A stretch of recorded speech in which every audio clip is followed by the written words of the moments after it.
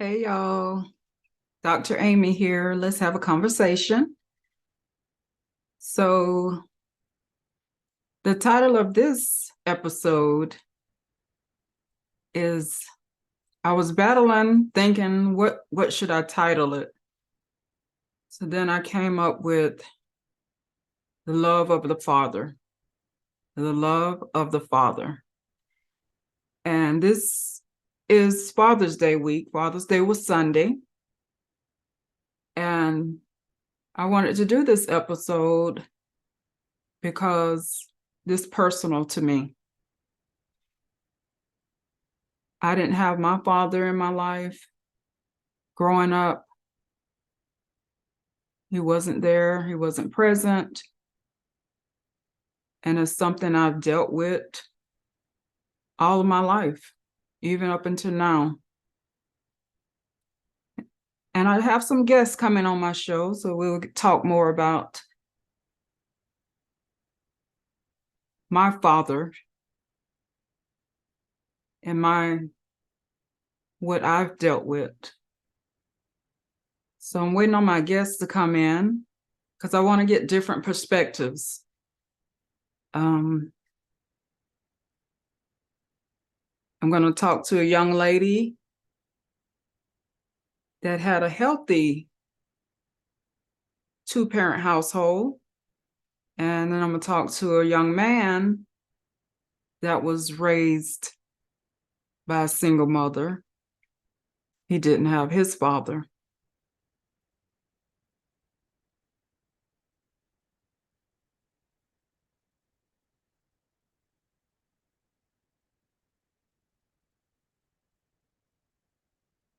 Just waiting on my guests to come in.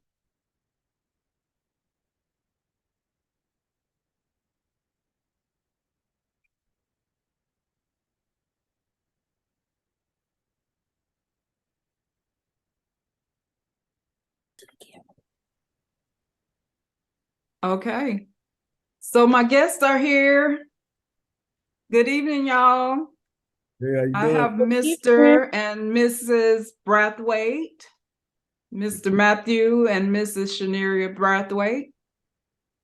Yes. So I did a little intro about, this is the Love of the Father episode.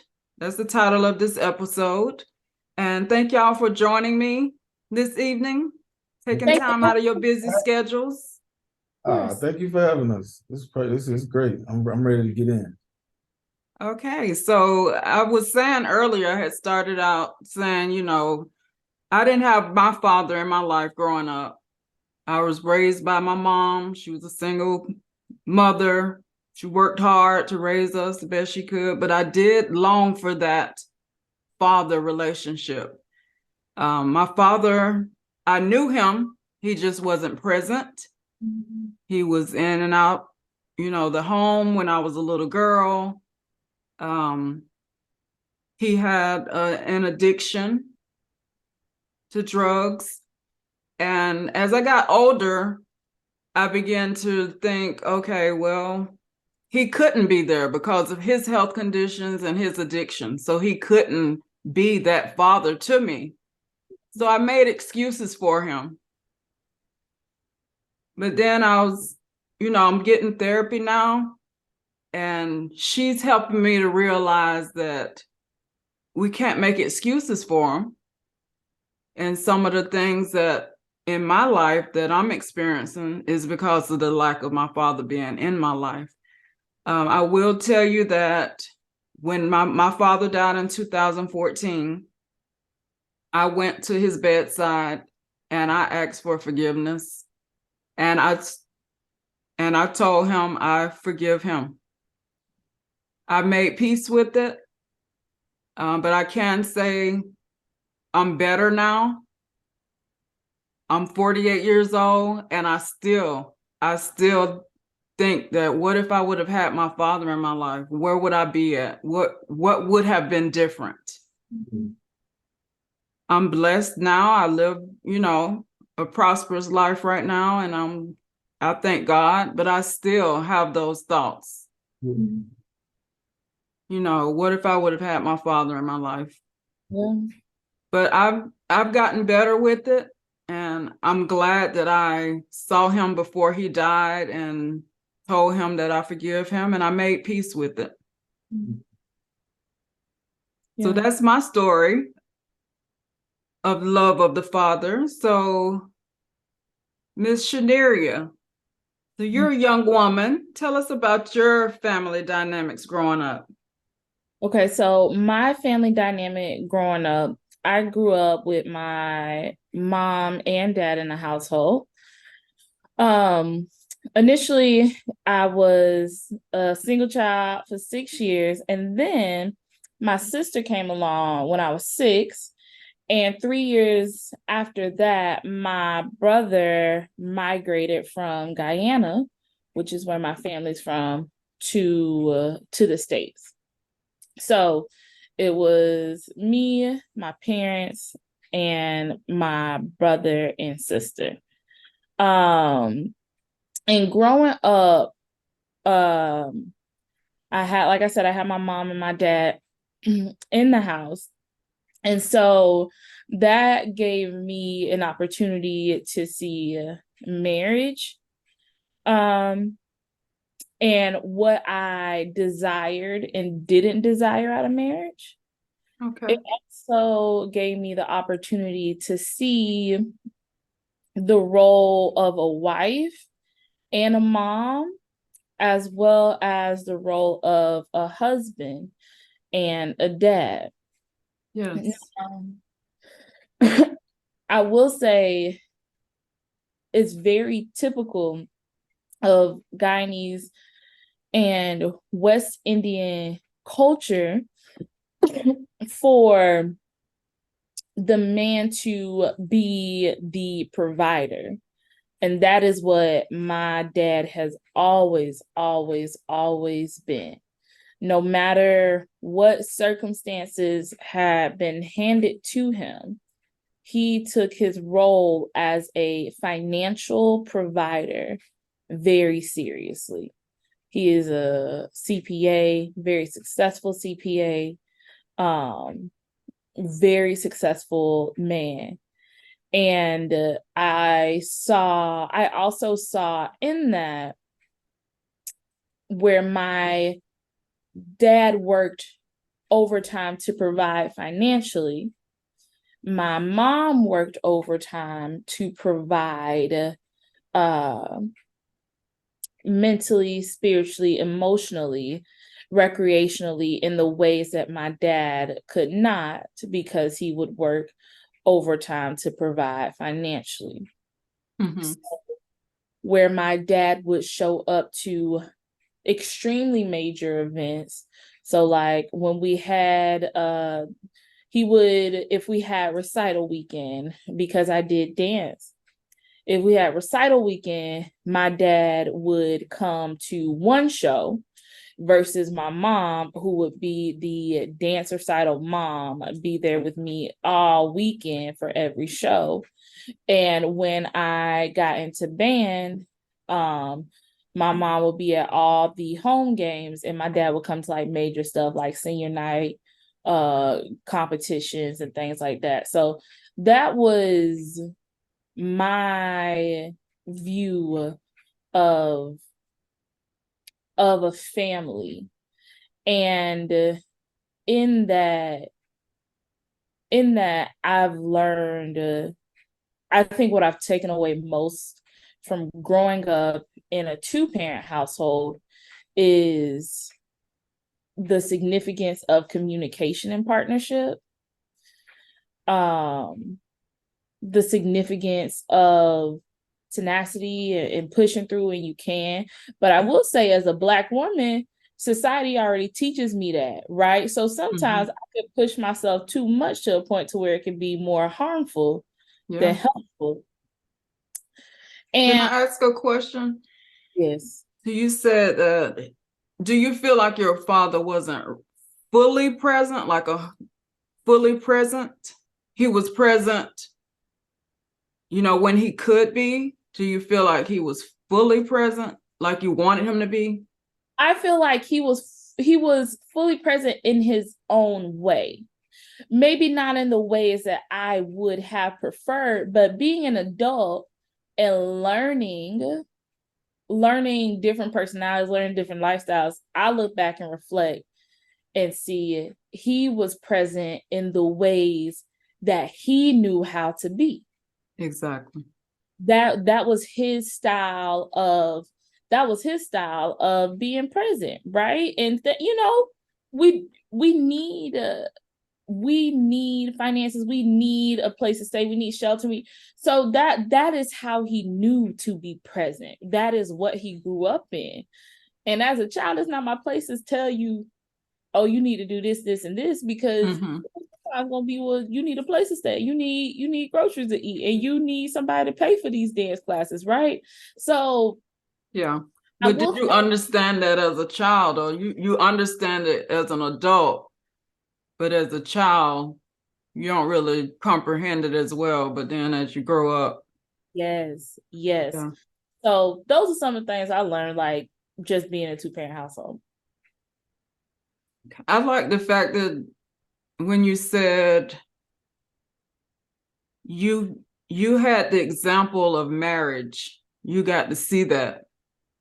So that was something that I didn't get to see, being raised by my mom, just her alone. So that's good that you had that example of a, healthy marriage. So that's good. Thank you. Ooh. So Mr. Matt, What's going on? you doing okay? I'm doing good. How you doing? Good. So let's hear from your perspective as a young boy. Now you're a young man now, but growing up, what was your family dynamics?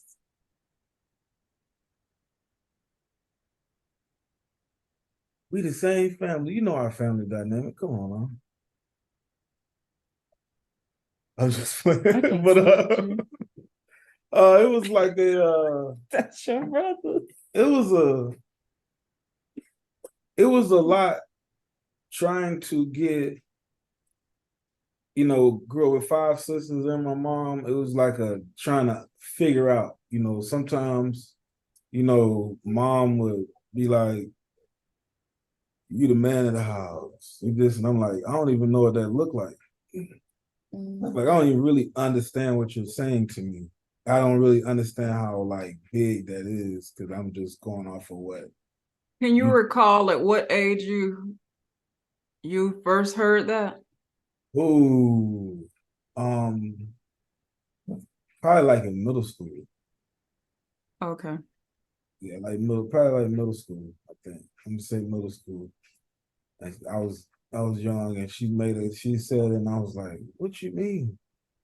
Like, I don't really understand. And she came back and said that, like, yeah, she kind of thought about it and was like, yeah, you're right. I can't really say that to you like that. I didn't think about that. But it was always trying to just feel like I'm missing a part of myself. Like, I don't really know who I am fully, because I don't know the other part of me. And you deal with like feeling like why, and then you deal with like, did you do something? So now, most of my life I'm worried about people pleasing. Yeah. Because I don't want nobody to leave me or do me like he did. So my whole life is just whatever I need to do, they'll like me, I'm gonna do it. Whatever you want me to do to like, what you want me to do to like you. So I'm just stuck in a cycle of, luckily I had some genuine people that God put around me, but I was really just trying to find that people pleasing, trying to make sure nobody left me, like make sure nobody who was around me, they just, you can't go nowhere. To the point where I had a little discrepancy with one of my best friends because of that. I didn't understand when he started getting engaged and stuff. I really didn't understand. I'm thinking like, you why you leaving me like that? You Yeah. my brother. Why you leaving me like that? I'm like, he like, no, I'm just, it ain't like that, man. I'm just getting married. Yeah, so understanding, it was that was a whole thing of me not having my dad. I think it kind of leaked over into like my confidence. I had to like learn how to believe in myself in a different way. Those kids who like, good job, boy. You got that. Good job. I ain't never heard that. I ain't never nobody. So I had to figure out how to find like being confident. Like it's okay if you fall. It's not the end of the world if you scrape your leg, just little things like that. Being confident and being especially being married, feeling like you were kind of like in a situation blindfolded. Because all I knew was, especially me, all I knew was church, church, church. I know it wasn't really like somebody like a structure to where if I did, make money, I wouldn't do too much stupid with it, or knowing how to deal with certain conversations, not being offended so easily, being, I guess, they would say, not really being soft, but not really knowing how to deal with hard conversations. Right. Manning up. If you do something wrong, just man, this side's not. You did that. Just take it and keep it moving. Like those things, I would take hard. I would be like, oh man, having to have talks with myself, being in my head, because I didn't have that structure, that foundation of once you have like that one male that gives you that push, you feel like Superman. Definitely. Kind of goes into everything you do. So when that's missing, it's like, oh man, am I doing this right? Am I doing that right? Am I really? What is it? How do you define? I think that's one thing. I thought there was a definition. That's the definition. Mm-hmm. So I'm thinking I gotta be like this. And it's really like a man is a growing, it's a process. It's not a just one dimensional as I thought it was. It's not something they can write down and that's it. You just do this. Nah, it's a whole thing of like knowing how to handle yourself, moving, integrity, respect, how you handle people, how you deal with your wife, how you deal with your family, how you deal with yourself with nobody watching. Yeah. Those things, those morals is like, okay, that's really, and most importantly, with our faith, how do you what is your faith? Do you believe in God? Or do you stand on his principles? Is he like the forefront of your life? Are you just living on your own and doing what you want to do? Or are you seeking his face every day? Are you praying? Are you praying without ceasing? Are you talking to him? So all of that kind of came into showing me that it's okay that I didn't have one, because I know my eternal Father, and he guided me to take my falls and learn from them. Oh man, you messed. All right, come on, let me show you what this says. Let me show you what this is. Let me show you how to move in the scripture. Let me put you around the right people. Let me show you that this is okay. Let me get you with a woman that's gonna make sure you stay on that. So all of those things. And also let me give you some sisters that can help you see, have somebody to look at to be like, you can do it. You can make, so having those pieces and just putting them into my life kind of helped me deal with not having a father over time. That's still something I deal with too. Like what you said at the beginning, as far as dang, if I had me a father. Yeah, what would that have been like? I have those moments. I'm like, dang, I probably wouldn't have had to deal with that, but God does everything for a reason, So we can't stay in the past. We can't stay in that, rut and just because if we just stay there, and that's just gonna make everything worse. So we got to know that God does everything for a purpose and a reason, and look at us now. I didn't say this earlier, but Matthew is my little brother. There we go. Miss Shaneria is my sister in love. Got it. So Matt, you grew up with a lot of females in the house. Yep. And I know you touched on that some, but how was that you growing up with all the females in the house? When I was young, I didn't understand, I didn't understand it all the way. Sometimes I just didn't want to be around all the females, but really, y'all, the love, I tell everybody, I think mom was I think it was you the first one that prayed with me. If it was probably was maybe it was mom when I was super little, but I remember being up late one night when I wasn't supposed to. And I saw you and was like, oh, get what you doing here. What you want? You want this and that? Went in the room and you prayed with me. So those little things, it was different. It was different as a kid because I'm always looking to my friends like, oh, they ain't got this. I got all these sisters. And my mannerisms was a little different. Like sometimes in school, I would do certain things because of what I saw. And people would think nah, I'm not like that. That's just what my sisters do. Right. Okay. Conversation, there were certain things where I remember being on the bus with camp going to Nazarene camp. And a dude was talking to me and I was like, yeah, yeah. And I did my hand like this, in talking. Like, yeah, yeah, yeah, this like that. And they started laughing, but it wasn't I didn't take it like a disrespect. I didn't understand, that's mostly what girls be doing when they be talking. But since I was around women, I'm just like, y'all be moving your hands and going like this. And I really do. Yeah. So little things you don't really know until you get to certain arenas like I did until oh, okay, so that's what they do. So, okay, even in chorus, we did had a little dance and I moved a certain way. They're like, what you doing, man? I'm like, that's what I do at the house. Ain't no thing to me. So I kind of had to navigate that too, because it was a point where some people thought I was went the other way because I was acting, but I wasn't. I'm like, nah, I ain't like that. But it was just difficult trying to learn who I am, but I guess you could say, in a sense, figure out who I am. And once I got older, prayed, started getting more in the church, sincerely, I guess you could say.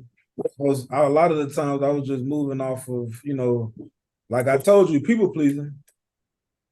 So that's what they like. Matt do this, Matt get love. So I'm gonna just keep doing this.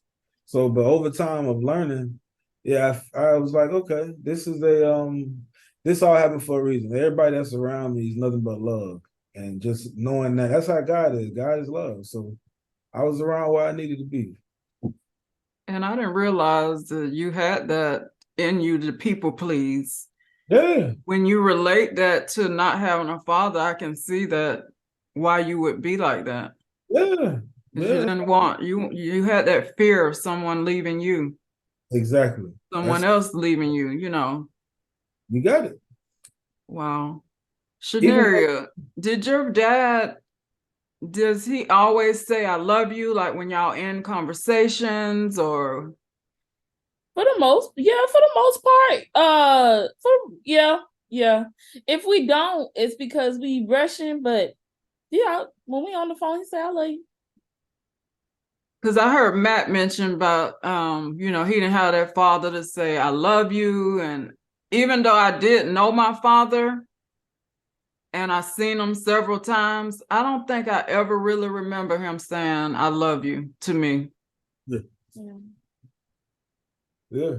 When Matt said that, it just made me think, I can't remember the times that my dad actually said, I love you to my face, but. No, I think the first time I heard it from a male was when I was at camp. We were leaving camp. I remember that plain as day, like it just happened. We was leaving camp. I was in the passenger. I had all my stuff, and the guy was breaking down the campsite. And I was like, all right, man, I see you. And he was like, all right, man. Hey, we enjoyed you, man. I love you. Oh, I was like, oh, for real? Ain't that something? Yeah, that's crazy. I'll never forget that. I was like, they ain't never heard that. That man told me he loved me. Like, for real, for real. Yeah. So you did have some men in the church that you could look up to as a father. Yeah, he put me around the churches for sure. They definitely put their foot down and show love. Definitely. And that's good. And I hope that the churches, would embrace some of the young men in church that don't have the father figures. Yeah. I hope that, the churches are doing that. I do see some churches doing. I just, I know God would be pleased if they were doing that. I just hope that they are. Nah, I believe that's a definite need though. And then like even now, I want to try to get, plugged in myself because I know how I felt. So I know it's a bunch of young guys out there that's like, hey, we can use that guidance, that love, man. So it's definitely needed. Yeah, it's needed for sure. Shaneria, you got anything you want to add about your father? No, my dad, my dad is a pretty just straightforward man. That's him. He has his roles as a man already there. And he fulfills those roles to provide for his family, to protect his family, to encourage his family. My dad, he always had high expectations of us. Yeah. And still to this day does. Even in the ebbs and flows in life, he still has high expectations. I even think that he's like adopted that with like Matt too. Like he has, my family came to visit a few weeks ago. He was like, I know you guys are in a rough season, but it's gonna be okay. You guys are gonna be okay. You still destined for greatness. You guys are gonna be all right. And having that expectation there is I think is great. I think it's great because to me that's somebody that believes in me. But on the other end, my anxiety makes me feel bad if I don't uphold or meet that expectation. But that is me. So, yeah, that's him. That's him. Well, I appreciate y'all joining me today for this episode, The Love of a Father. Father's Day was a joyous time for some. Yeah. It was a challenging day for others. But like Matthew said, our spiritual father, a father up above, will get us through this. Yes, it will. Do y'all feel as though, even in the midst of not of your biological father not being present, there are still people in your lives that the Lord has sent to give you paternal guidance? I didn't have any paternal guidance. That's right. I got you. I didn't have a male person to look up to growing up. I had uncles and I have uncles, but I wouldn't say that they were like played a part in my life growing up, a major part as a father figure. Yeah. So I can't say that I had that. Whereas Matt, he had, the men in the church. Yeah. But do you feel like they gave you paternal guidance, or do you feel like you looked at them as more of a mentor role? Yeah, I did. The crazy thing is that I was looking for more of men that look like me. Mm-hmm. Yeah. So I think that was a battle within me. Like, I like you, but you don't look like me. Mm-hmm. So it was hard sometimes for me to take it to that place because they didn't look like me. They was, the guys that I am more closer to now, Rich, one of them, that's a all the way white man. Yeah. And I was looking for more like brothers, at the time, especially younger, that I can look in the mirror and be like, I can relate to you in that area. But God kind of gave me a different kind of viewpoint of like, this is who I want around you. I know that's what you're looking for, but right now, this is who you got. I mean, I couldn't ask for nobody better, really. It was just that was my viewpoint. If you ask me, at first I was just more like, nah, there ain't no brother though. But I'm grateful, that to even have that, because some people don't even have that. Somebody just randomly hitting you up. Hey, you all right? Just checking in with you, just those small things. Yeah. Help a lot. It don't take much. It don't take much. Just checking in. How you doing? You're right. Like, I longed for just a little phone call from my dad. I didn't get that. I didn't get a letter, phone call. I had to get a call from somebody to let me know he was in the hospital. I wouldn't have never known. And then I struggled with that, trying to decide, do I want to go see him in the hospital? That was a struggle. I prayed. Real. That's real. Mm-hmm. That was a real honest, but I think it was more of me. I'm like, at least y'all got to see something I ain't even, like, I had to deal with not even knowing what you look like in the photo. Yeah. I don't even know. I don't got no type of imagery to be like, to match. I'm like, I'm just going off of imagination, off of somebody who was real. Yeah. So, I mean, I get you. That was definitely a battle of mine.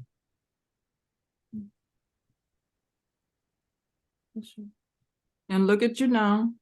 We go. Turned out well. Better tell them what it is. We good, ain't we? God is good. All the time. All the time. I love y'all. I love you too. All right. Well, this would be my, I think, third episode. Okay. We made it to the third episode. Y'all like and share. Oh, you know it. Y'all go ahead and like and share, please. Please get these views up. Live Conversations with Amy, Dr. Amy. I'm on Spotify, Apple, YouTube. Yes. Guys, tune in, listen, Conversations with Dr. Amy. They will influence and not only positively impact your life, but impact your life with the love of Jesus. So make sure y'all tune in every chance that you get. I couldn't have said it any better. Oh, wow. That was a good outro, girl. Thank you. I love y'all. Love you too, sis. Good night. Night.